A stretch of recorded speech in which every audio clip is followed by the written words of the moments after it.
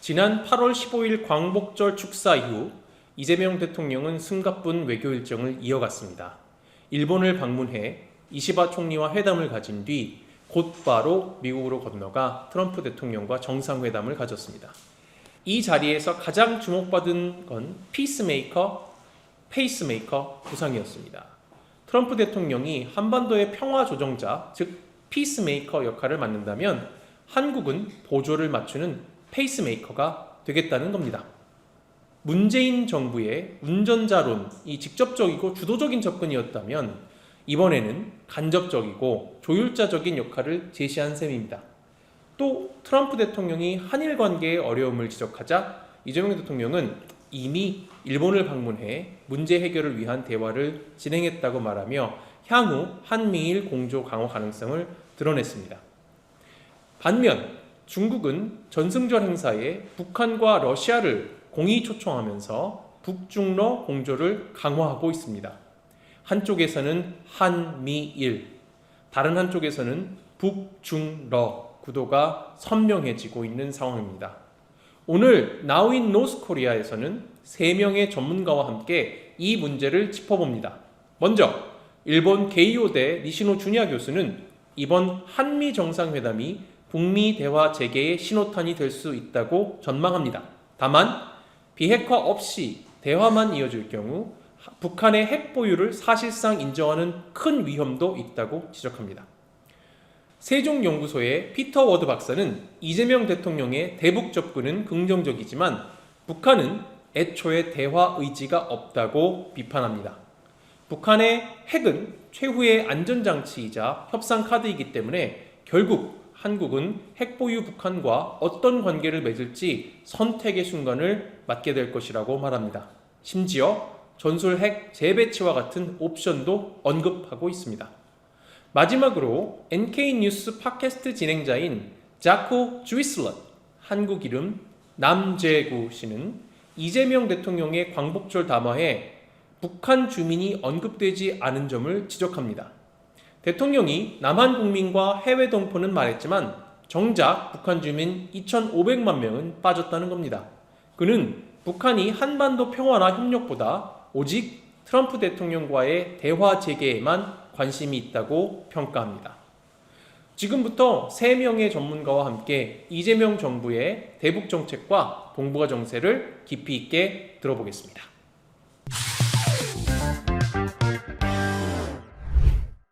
오늘 니시노 주니아 게이오 교수님 모셨습니다. 말씀 일단 청해 듣고 후에 이제 Q&A 세션을 진행하도록 하겠습니다.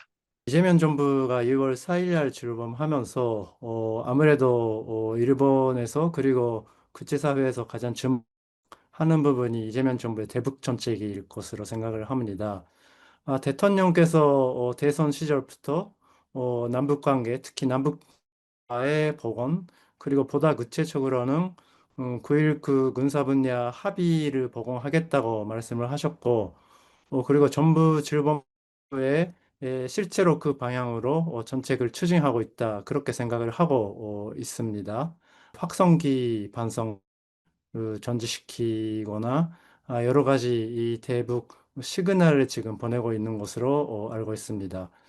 그리고 8.15 경사에서 그러한 남북관계 복원을 위해서 한국 정부, 이재명 정부가 선제적으로 처치를 취해 나가겠다고 말씀하신 것으로 알고 있습니다. 일본의 관점에서 보면은 남북관계가 복원이 되고 한반도의 군사적인 긴장이 완화되는 것이 지극히 바람직하고 환영할 수 있는 일이라고 생각을 합니다.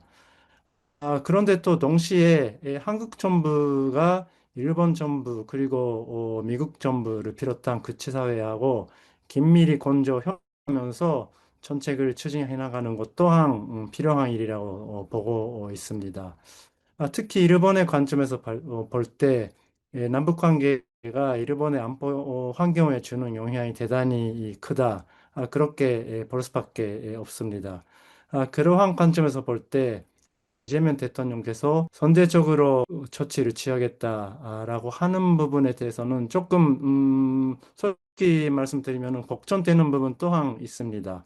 선제적으로 인센티브를 주겠다라는 거는 북한의 유화적인 자세를 이끌어내는 데 있어서 의미가 있다고 볼 수도 있지만은 다른 한편으로는 북한의 관점에서 볼 때는 정책 초열이 없이 일반적으로 북한에 다가가는 것 또한 위험성도 내포할 수밖에 없다. 그렇게 보고 있으니 아무래도 일본의 관점에서는 이재명 정부가 일본, 미국 그리고 국제사회하고 긴밀히 이 정책 협의, 이 협조를 하면서 정책을 추진 나가는 게 바람직하다. 그거를 희망하고 있습니다.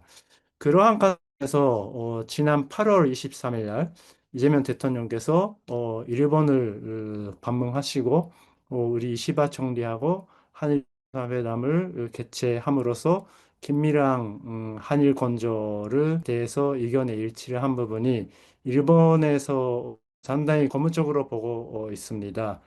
지금 말씀드린 그 일본의 북한 문제에 대한 걱정뿐 아니라 여건에 있어서 한일 관계, 한일 협력이 필요한 시점이라고 보고 있으며 그러한 관점에서 이재명 대통령 미국을 방문하기 앞서서 일본을 방문해 주신 거에 대해서 상당히 일본에서는 긍정적으로 평가를 하고 있습니다. 그거를 바탕으로 이재명 대통령께서 미국을 방문을 하셨는데 한미 정상회담도 일단은 성공적으로 마쳤다고 일본에서도 평가를 하고 있습니다. 앞으로 한미일 긴밀히 건조하면서 북한 문제를 비롯한 구체적 과제들에 대해서 함께 나아갈 수 있기를 기대하는 바입니다. 일단 이상으로 모두 발언을 마치도록 하겠습니다. 네, 네, 니시노 준현 교수님 감사합니다. 그러면 이제 그 본격적으로 토론에 들어가도록 하겠습니다. 첫 번째 질문은 이제 가장 최근에 이제 방금 우리 니시노 준현 교수님께서도 이재명 대통령과 도널드 트럼프 대통령의 그 한미 정상회담이 처음으로 있었습니다. 근데 이제 거기서도 그 북한과 관련된 여러 그 논의들이 있었는데 이제 그 중에 가장 주목을 많이 받았던 표현은 이재명 대통령이 도널드 트럼프 대통령에게 도널드 트럼프 대통령 자신이 피스메이커 그러니까 평화의 전도사가 되어서 북한과의 평화를 먼저 이끌고 그다음에 이재명 대통령은 이제 한국 대통령으로서 페이스메이커, 그 페이스를 조절하고 도와주는 그런 보조적인 역할을 하겠다라고 선언을 했고 동시에 이제 도널드 트럼프 대통령이 직접 북한을 방문하고 북한과의 관계를 정상화하고 또는 김정은과의 그 회담 도 직접 하기를 권유했습니다. 한국 대통령으로서는 처음 이러한 형태의 접근을 공식적으로 했는데 여기에 대한 이 평가도 궁금합니다. 네, 뭐 우리 니시노 준야 교수님의 평가, 전반적인 일본 내각의 이시바 내각의 평가 부탁드리겠습니다. 네, 이재명 대통령을 비롯한 한국 정부 요인들이 뭐 정부 출범 직후 아니면은 대선 북미 관계에 대한 상당한 그 기대를 걸고 있었던 것으로 기억하고 있습니다. 그러한 관점에서 이번 반미를 통해서 트럼프 대통령에게 김정은 위원장하고의 대화를 적극적으로 요청한 거는 뭐 어떻게 보면 놀라운 일이 아니라고 생각을 하는데요. 근데 트럼프 대통령께서 김정은 위원장과의 대화를 적극적으로 사람이 이재명 대통령이 처음이다라는 식으로 말씀하신 그런 부분이 저는 개인적으로 주목을 했습니다. 트럼프 대통령 입장에서는 그 김정은 위원 북미 대화를 시작하는 데 있어서 아무래도 국제사회의 눈을 많이 신경 쓰고 있는 것 같습니다. 그러한 관점에서 한국 정부가 공식적으로 북미 대화를 적극적으로 지지하겠다라고 말씀하신 부분이 트럼프 대통령에게는 상당히 어떻게 보면 용기를 준 그런 발언이 아니었을까라는 생각이 듭니다. 그리고 문재인 정부 시절에는 그 운전석에 앉아서 남북 관계를 이끌어가겠다라고 그 당시에 문 대통령께서 말씀을 하셨는데 이제 페이스메이커의 역할을 하겠다라는 것이 아무래도 남북 관계 어려운 형식을 인식한 발언이라고 생각을 합니다. 북한에서 현재 남북 관계를 적대적인 그 극과 간 관계라고 규정을 하고 있는데 그러한 관점에서 아무래도 한국이 북한하고 직접 대화를 하고 남북 관계를 타개하는 데 상당한 그 한계가 있을 수밖에 없다. 그러한 관점에서 트럼프 대통령에게 일단은 그 물꼬를 뜨는 역할을 맡기겠다. 그러한 음, 인식이 상당히 이재명 대통령 발언에 녹아 있다. 그렇게 보고 있습니다. 일본의 음, 관점에서 본다면은 아까 말씀드린 대로 대화 혹은 북미 대화가 이루어짐으로써 한반도의 군사적인 긴장이 완화되는 것은 기본적으로 바람직한 일이라고 볼 수가 있겠으나 북한의 입장을 고려할 때 핵무기를 버리지 않겠다라는 입장을 지금 취하고 있으니 그러한 북한의 입장을 유지하면서 북미 대화라든지 남북 대화를 이어가게 된다면은 결국은 북한의 보유를 인정해버리는 거 아닌가라는 기본적인 우려가 걱정이 있습니다. 그렇게 볼 때 북미 대화, 남북 대화를 하는 데 있어서도 결국은 그 북한의 비핵화, 한반도의 비핵화라는 최종 목표를 유지하면서 조심스럽게 접근을 하는 것이 필요하다. 그렇게 일본의 안보 전문가들은 보고 있습니다. 그리고 일본 정부의 입장에서 볼 때 당연히 그 핵미사일 문제가 일본의 군사적인 위협으로 다가오고 있으니까 그 문제에 대한 대처도 필요하겠으나 일본 국민이 관심을 가지고 있는 납치 문제 이 부분에 대해서도 일본의 목소리를 계속 내야 되겠다라는 그런 생각도 있는 것 또한 사실입니다. 잘 알겠습니다. 네. 핵과 관련된 문제, 북한 핵 문제에 있어서 이 도널드 트럼프 대통령의 접근 방식은 기존에 있었던 미국 대통령들 또는 기존에 있었던 뭐 한국의 대통령들, 일본의 총리들, 이 각 정부와는 상당히 좀 다른 것으로 보입니다.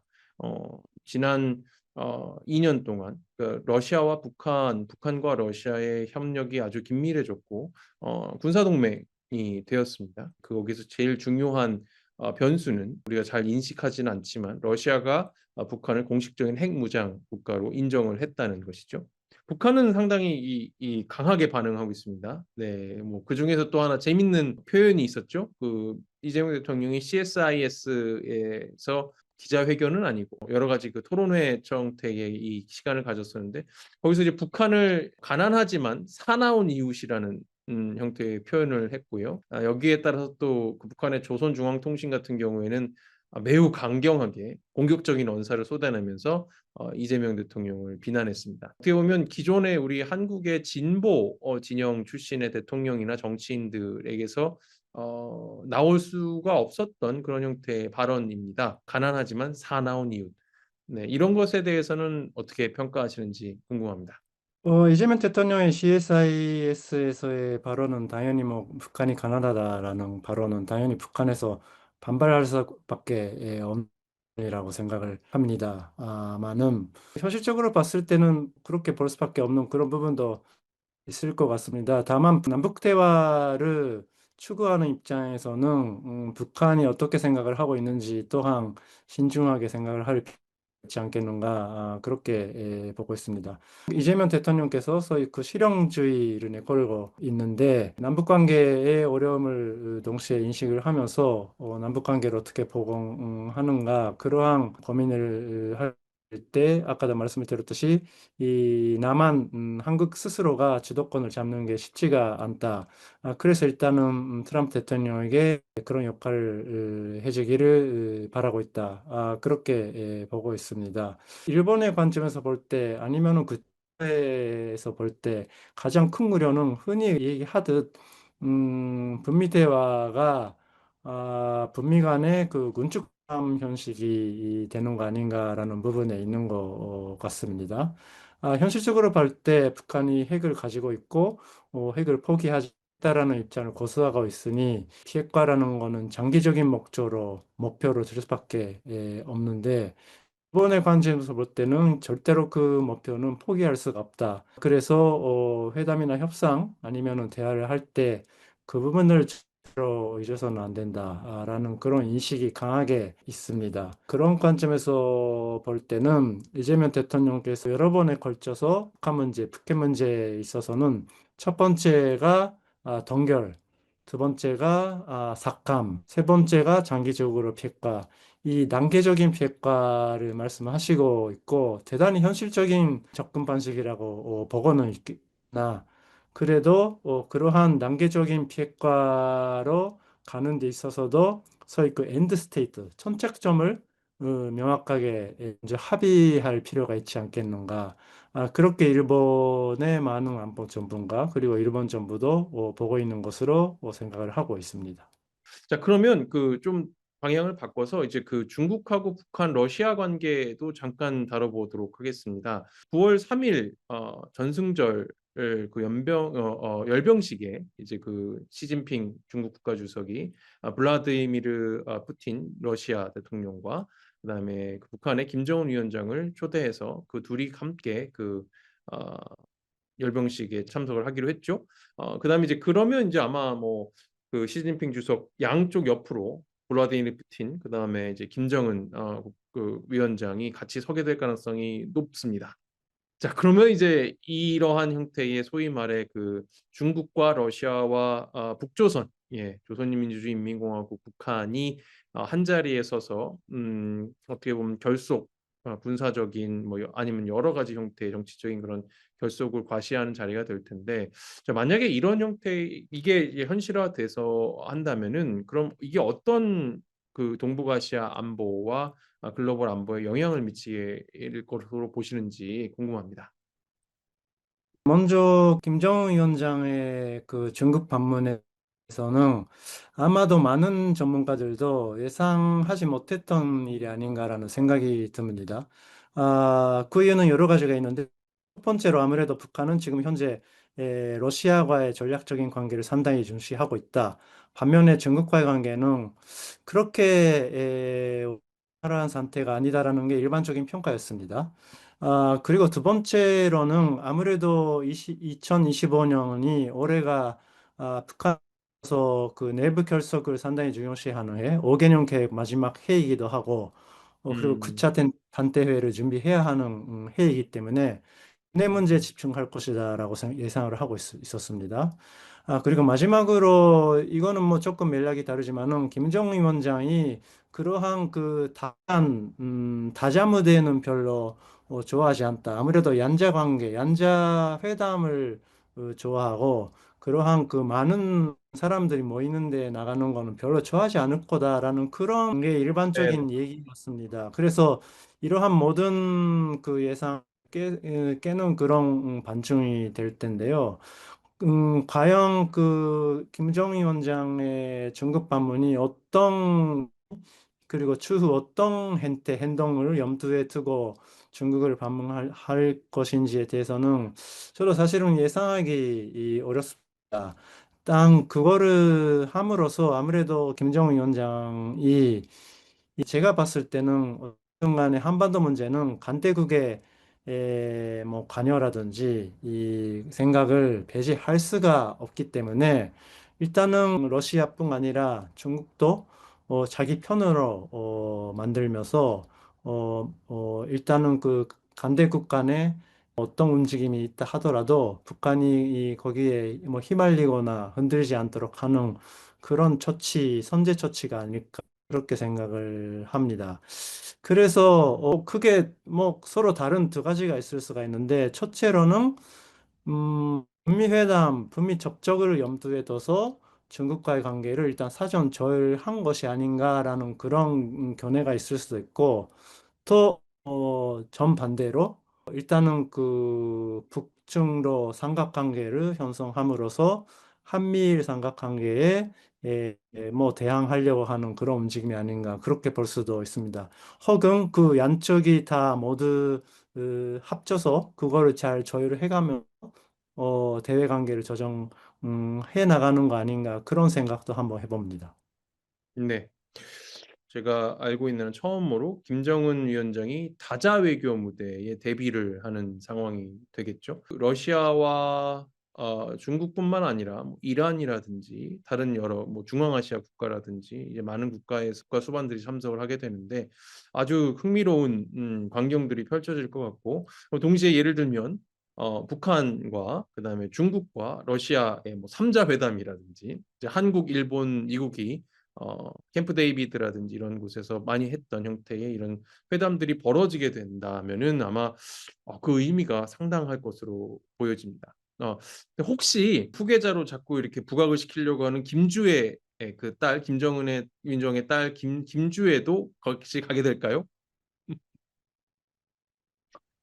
글쎄, 뭐, 동행자가 누가 될지는 가 없을 것 같습니다. 다만, 현재로서의 북한의 움직임을 볼 때, 소위 그 김주애라고 불리는 그 딸이 이 후계자로는 아주 유력한 후보인 것은 틀림이 없을 것 같습니다.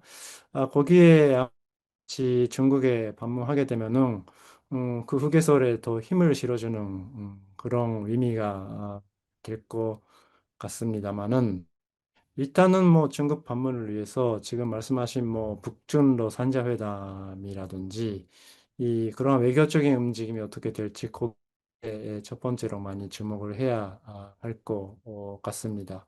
그리고 뭐 일본이나 한국이나 미국의 관점에서 볼 때는 그 9월 중국의 행사가 10월 말 한국에 있을 견주 에이펙에 앞서서 있을 일이라서 그러한 외교 일정들이 어떻게 이어지고 10월, 11월에 한반도에 어떻게 외교적인 큰 뭔가가 될 수도 있지 않겠는가라는 생각이 듭니다.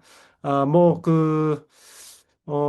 없을 거라고 다들 보고 있습니다만은, 뭐, 상상외로는 에이펙에 북한 지도자가 온다라든지, 그러한 것도, 일단은 뭐, 염두에 둬서, 뭐, 준비라든지, 우리가 상상력을 발휘해야 되는 그런 시기인 것 같다라는 그런 생각을 해봅니다.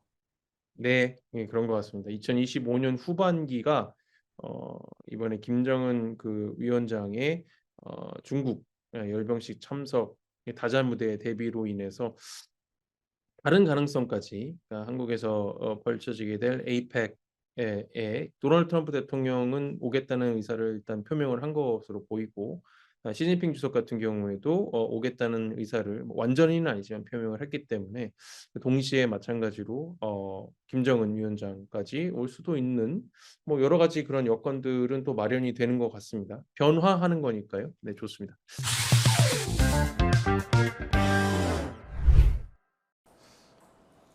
안녕하세요. 전 영국에서 온 세종연구소 연구위원 피터 워드입니다.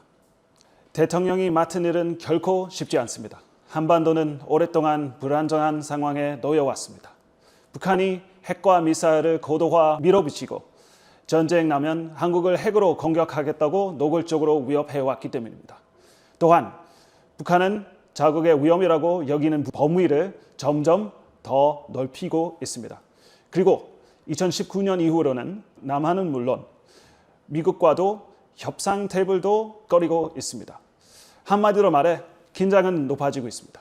상황은 점점 위험해 보이고 안정을 유지하는 게 갈수록 어려워지고 있습니다. 이재명 대통령 접근 방식에는 긍정적으로 평가할 부분이 분명히 있습니다. 신뢰 회복과 대화의 필요성을 강조한 건 지금 꼭 필요한 메시지입니다. 남북 기본조약을 체결해서 관계를 제도화하자는 국정기획위원회의 구상도 독일의 사례를 떠올리면 충분히 이해할 수 있습니다. 민간 교류를 북돋우고 인도적 교류를 확대하려는 정부의 노력도 좋은 시도로 볼 수 있습니다. 하지만 문제는 북한이 대화할 마음이 없다는 겁니다. 김정은은 물론 특히 김여정은 여러 차례 분명히 밝혔습니다. 남한과는 더 이상 마주 앉을 의사가 없다는 겁니다. 이건 한국 정권이 누구든 상관없고 그 이유는 한미동맹과 대북 제재 때문이라고 합니다. 김 씨 일가는 지난번에 협상에서 원하는 걸 얻지 못했습니다. 부분적 비핵화와 전면적 제재 해제를 막혀완하려 했지만 결국 무산된 것이 뼈아팠던 셈입니다. 이재명 정부가 내세운 비핵화 요구, 동결, 축소, 폐기 구상은 한국과 미국이 북한에 있어서 공조할 근거를 마련해 줍니다. 하지만 북한의 입장에서는 전혀 반가울 리가 없습니다. 왜냐하면 북한은 이미 2013년에 경제 핵무력 병진 노선을 채택했고요. 이후로 핵무기를 국가의 핵심 목표로 삼아왔습니다. 작은 유인책과 큰 리스크를 감안하면 북한이 핵을 포기할 가능성은 거의 없다고 할 수 있겠습니다. 게다가 남한과 미국에서 앞으로 어떤 정권이 들어서고 그 정권이 북한 안에서 일어날 수 있는 내부 사태에 어떻게 대응할지 북한은 알 수 없습니다. 따라서 북한에게 핵무기는 의존할 수밖에 없는 최후의 안전판입니다. 결국 한국은 언젠가 핵을 가진 북한과 어떻게 공존할지 결정해야 합니다. 선택지는 여러 가지 있습니다. 미국의 확장 억제에 계속 기대는 것, 이걸 보완하기 위해 전술핵 재배치하거나 유연하게 운영하는 것, 그리고 핵 공유, 더 나아가서 차체 핵무장까지 여러 가지 선택이 있다는 겁니다. 정부는 이런 현실을 잘 알고 있을 겁니다. 지금은 현상 유지에 큰 충격을 주지 않기 위해서 여러 가지 노력을 하고 있다고 보입니다. 하지만 사실상 거의 불가능한 북한 비핵화라는 목표에만 매달리면 앞으로 한국이 반드시 내려야 할 중요한 선택을 놓칠 수 있습니다. 물론 한반도의 긴장을 줄이고 신뢰를 살려는 것 자체가 고귀한 목표라고 생각합니다. 하지만 북한은 그런데 별 관심이 없어 보입니다. 한국 정부가 취한 일방적인 조치에도 북한은 좋은 반응을 보이지 않았습니다. 예를 들어 대북 확성기 방송 중단, 그리고 국정원 대북 방송 중단이 그렇습니다. 확성기 방송을 끄는 건 접견 지역 주민들에게 분명히 도움이 되었습니다. 북한도 일종의 상응 조치도 취한 것은 사실입니다. 하지만은 그것은 김여정 부부장이 평가했을 때 그리 중요하지도 않고 남북 관계에도 도움이 안 된다고 주장했습니다. 또한 한국 정부는 국정원 방송까지 끊으면서 상황은 더욱 안 좋아졌습니다. 미국의 목소리와 자유아시아 방송마저 송출을 중단했기 때문에 북한 주민들은 사실상 실시간에 정보에 접할 길이 막혀버렸습니다. 이건 새 한국 정부 대북 정책의 큰 문제를 잘 보여줍니다. 바로 북한 주민 인권이 정책에서 빠져 있다는 점입니다. 정부는 탈북자 인권 문제에서 전임 정부 기조를 이어가려는 노력을 하고 있습니다. 하지만 북한 주민 인권 문제에는 거의 손을 놓고 있습니다. 통일부가 앞으로 북한 인권 보고서를 내지 않겠다고 한 것도 같은 맥락입니다. 이는 DMZ 이북 2천만 명 주민들의 삶과 직결되는 사안입니다. 한국 정부가 지금껏 쌓아온 국제적 리더십을 이어갈 기회를 놓치는 셈입니다.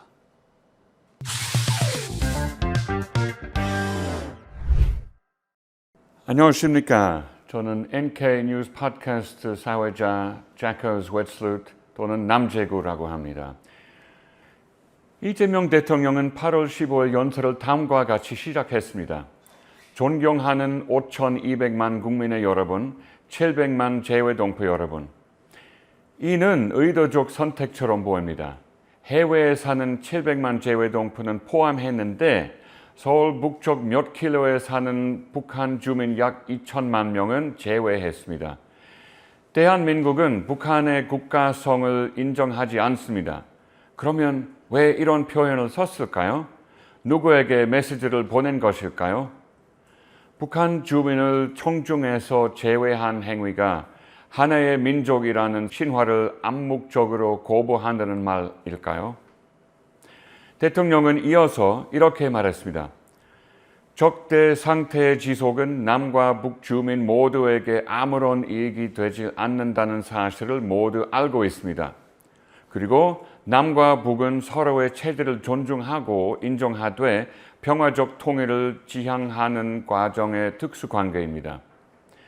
그러나 저의 보기에는 남한의 존재 자체가 북한의 존속에 위협이 됩니다.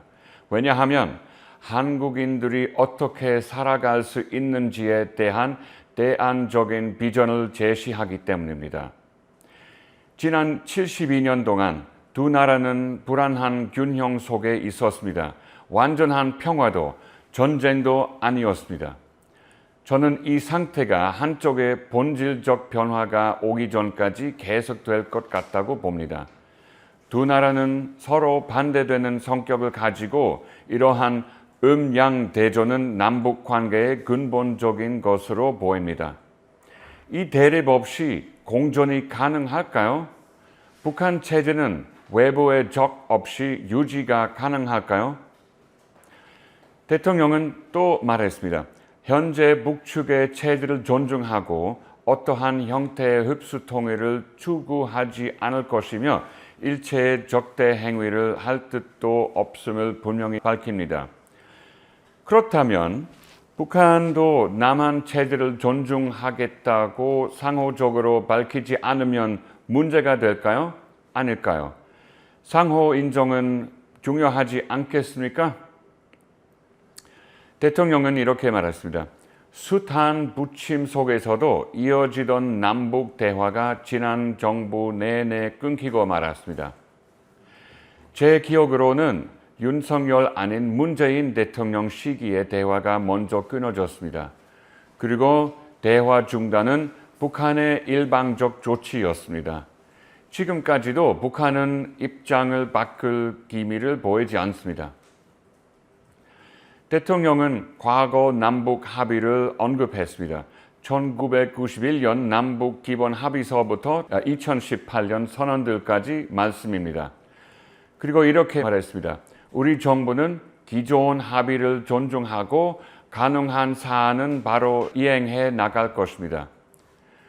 그리고 남북 간 우발적 충돌 방지와 군사적 신뢰 구축을 위해 9.19 군사 합의를 선제적 단계적으로 보완해 나가겠습니다.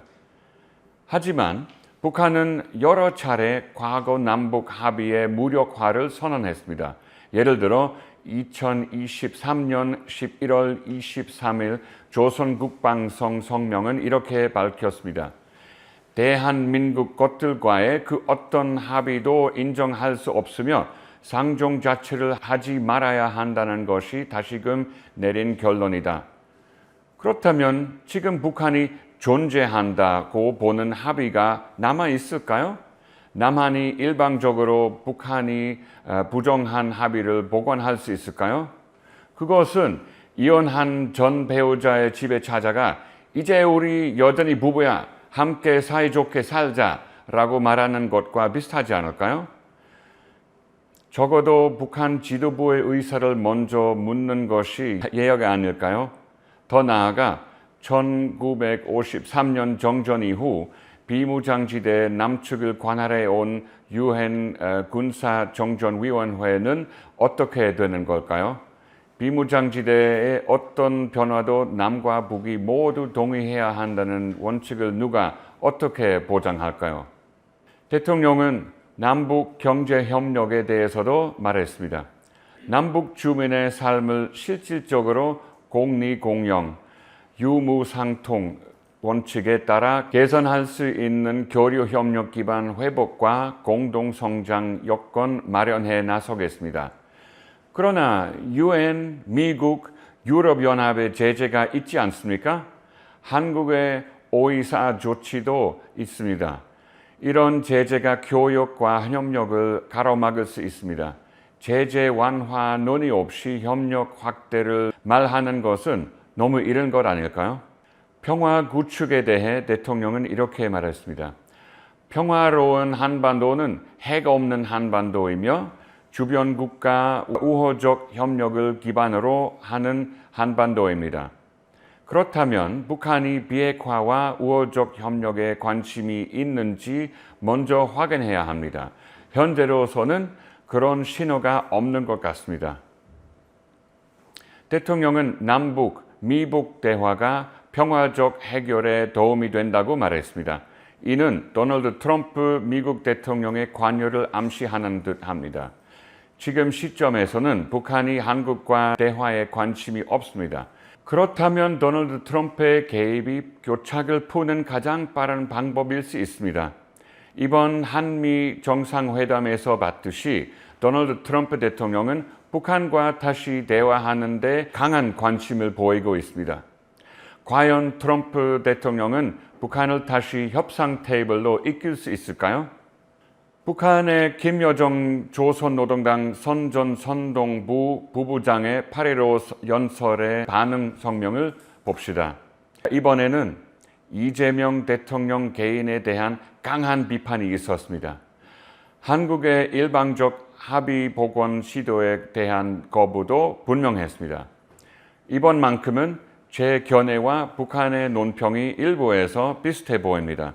다만 저는 자유민주주의의 관점에서 평가합니다. 북한과는 출발점도 목표도 다릅니다. 말하자면 같은 열차에 잠시 올랐지만 내릴 역은 전혀 다릅니다. 마지막으로 이 말씀이 남북 관계와는 조금 어긋나는 내용이라는 건 알지만 대통령이 이렇게 말했습니다.